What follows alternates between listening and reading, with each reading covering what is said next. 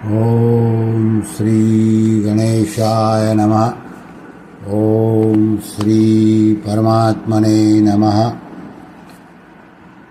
आप सभी का ये चैनल में हार्दिक स्वागत है। आप सभी को सादर प्रणाम के साथ जय श्री कृष्ण। आज का अध्याय 9 श्लोक क्रमांक 14। पीछे के श्लोक में भजन करने वालों का वर्णन करने के बाद अब भगवान आगे के श्लोक में उनके भजन का प्रकार बताते हैं। श्री भगवान उवाच सततं कीर्तयन्तो मां यतन्तश्च दृढव्रताः नमस्यन्तश्च मां भक्त्या नित्य युक्ता उपासते।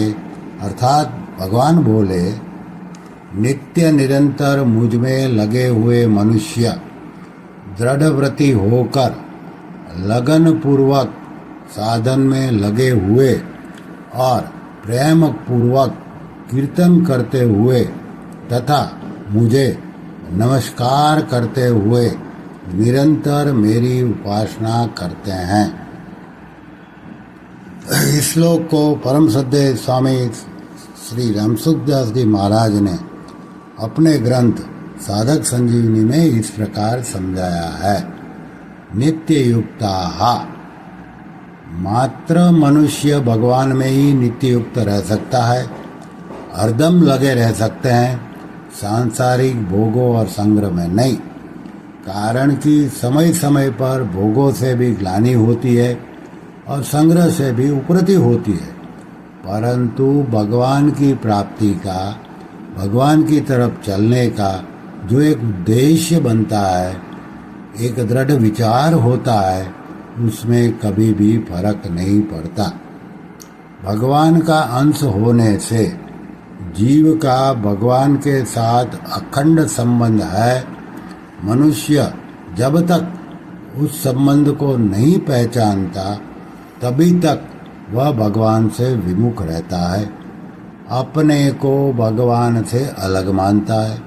परंतु जब वह भगवान के साथ अपने नित्य संबंध को पहचान लेता है तो फिर वह भगवान के सम्मुख हो जाता है, भगवान से अलग नहीं रह सकता और उसको भगवान के संबंध की विस्मृति भी नहीं होती। यही उसका नित्य युक्त रहना है। मनुष्य का भगवान के साथ मैं भगवान का हूँ और भगवान मेरे हैं, ऐसा जो स्वयं का संबंध है वह जागृत, स्वप्न और सुषुप्त इन अवस्थाओं में एकांत में भजन ध्यान करते हुए अथवा सेवा रूप से संसार के सब काम करते हुए भी कभी खंडित नहीं होता, अटल रूप से सदा ही बना रहता है। जैसे मनुष्य अपने को जिस माँ बाप का मान लेता है, सब काम करते हुए भी उसका मैं अमुक का लड़का हूँ यह भाव सदा बना रहता है। उसको याद रहे चाहे न रहे, वह याद करे चाहे न करे, पर यह भाव एकदम हरदम रहता है, क्योंकि मैं अमुक का लड़का हूँ यह भाव उसके मैंपन में बैठ गया है। ऐसे ही जो अनादि अविनाशी सर्वोपरि भगवान ही मेरे हैं और मैं उनका ही हूँ, इस वास्तविकता को जान लेता है, मान लेता है, तो यह भाव हरदम बना रहता है। इस प्रकार भगवान के साथ अपना वास्तविक संबंध मान लेना ही नित्य युक्त होना है। आगे है दृढ़व्रता, जो सांसारिक भोग और संग्रह में लगे हुए हैं, वे जो पारमार्थिक निश्चय करते हैं वह निश्चय दृढ़ नहीं होता, जैसा कि गीता के दूसरे अध्याय के 44वें श्लोक में बताया। परंतु जिन्होंने भीतर से ही अपने में मैंपन को बदल दिया कि हम भगवान के हैं और भगवान हमारे हैं, उनका यह दृढ़ निश्चय हो जाता है कि हम संसार के नहीं हैं और संसार हमारा नहीं है। अतः हमें सांसारिक भोग और संग्रह की तरफ कभी ध्यान ही नहीं है, प्रत्युत भगवान के नाते केवल सेवा कर देनी है। इस प्रकार उनका निश्चय बहुत दृढ़ होता है। अपने निश्चय से वे कभी विचलित नहीं होते, कारण कि उनका उद्देश्य भगवान का है और स्वयं भी भगवान के अंश है।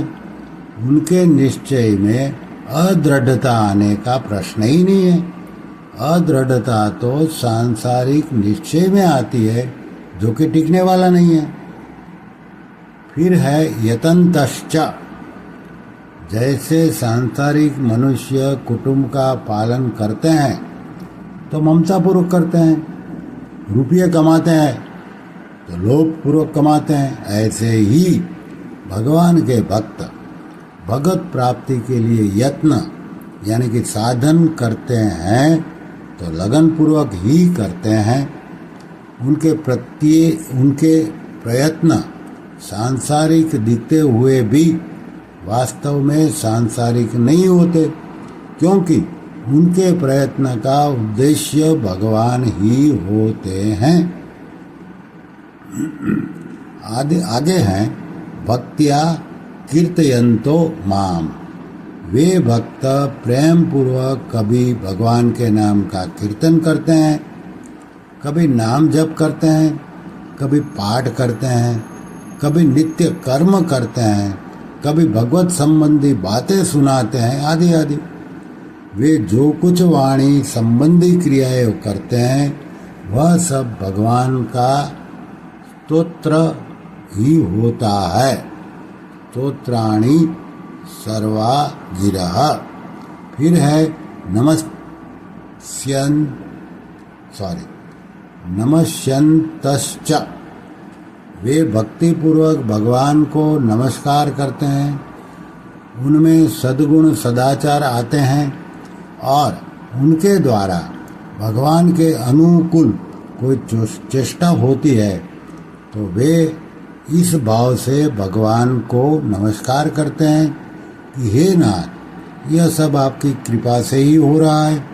आपकी तरह इतनी अभिरुचि और तत्परता मेरे उद्योग में नहीं हुई है।